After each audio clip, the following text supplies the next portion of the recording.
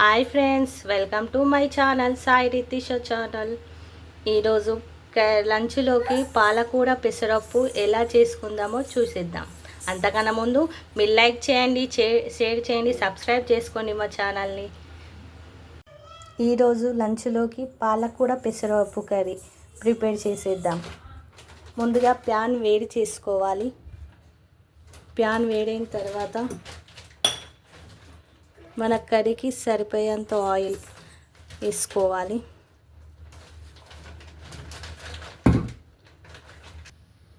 Oil heat అయిన తర్వాత కొద్దిగా ఆవాలు,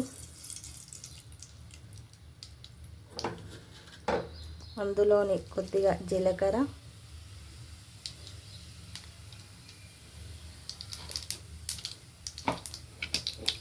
లోలో పెట్టుకోవాలి. అల్లం వెల్లుల్లి పేస్ట్, ఇందులోని కొద్దిగా కరివేపాకు, ముందుగానే మిర్చి అండ్ సాల్ట్ మిక్సీ పట్టుకున్నది ఇందులో వేసేయాలి. ఇందులో మిర్చి సాల్ట్ మిక్సీ పట్టుకొని ఇందులో వేసుకోవాలి.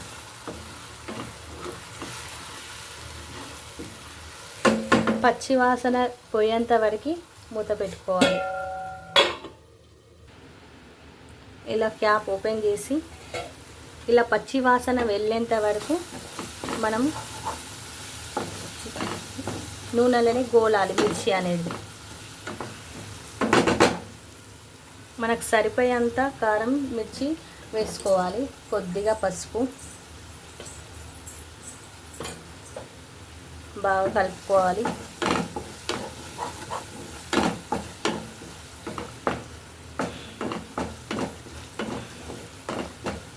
ఇలా మొత్తం కలిపిన తర్వాత చాలా బాగుంటుందండి పాలకూర పెసరపప్పు. ఒక్కసారి ట్రై చేయండి మీరు.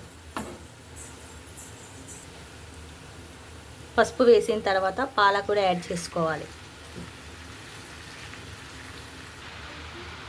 పాలకూర మొత్తం వేసిన తర్వాత కొద్దిగా ఇలానే ఉంచి మూత పెట్టేసేయాలి. ఇలా పాలకూర వేసి క్యాప్ పెట్టేసేయాలి. ఇలా మీడియం పెట్టుకోవాలి. ఇది మగ్గేంత వరకు అట్లనే ఉండాలి. ఇప్పుడు ఓపెన్ చేద్దాం.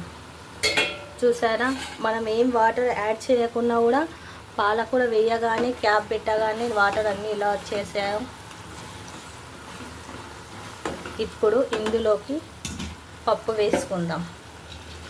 చాలామంది తొగరపప్పు అనేది వాడతారు పాలకూరలో.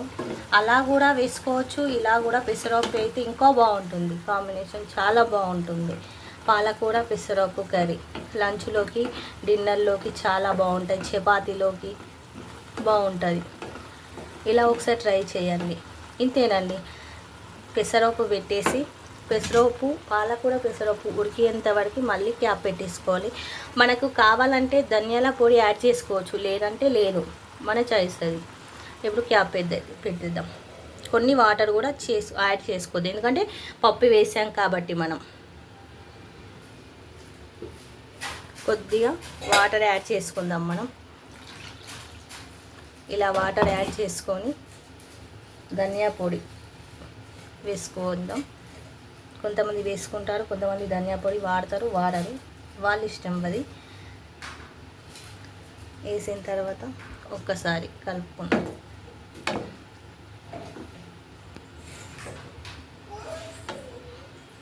ఇంతేనండి, చాలా సింపుల్గా పాలకూర పెసరపప్పు రెడీ అయిపోతుంది. పెసరపప్పు ఉడికేంత వరకు మనం క్యాప్ పెట్టేసుకుందాం. ఇప్పుడు కర్రీ ఎలా అయిందో చూద్దాం. ఇంతేనండి, చాలా సింపుల్గా పాలకూర పెసరపప్పు కర్రీ. ఇప్పుడు స్టవ్ ఆఫ్ చేసేద్దాం. స్టవ్ ఆఫ్ చేసిన తర్వాత గార్లిక్ కొద్దిగా కొత్తిమీర యాడ్ చేసుకుందాం. కొద్దిగా కొత్తిమీర. ఇంతేనండి, సింపుల్గా పాలకూర పెసరపప్పు ఎలా చేయనో చూసారు కదా.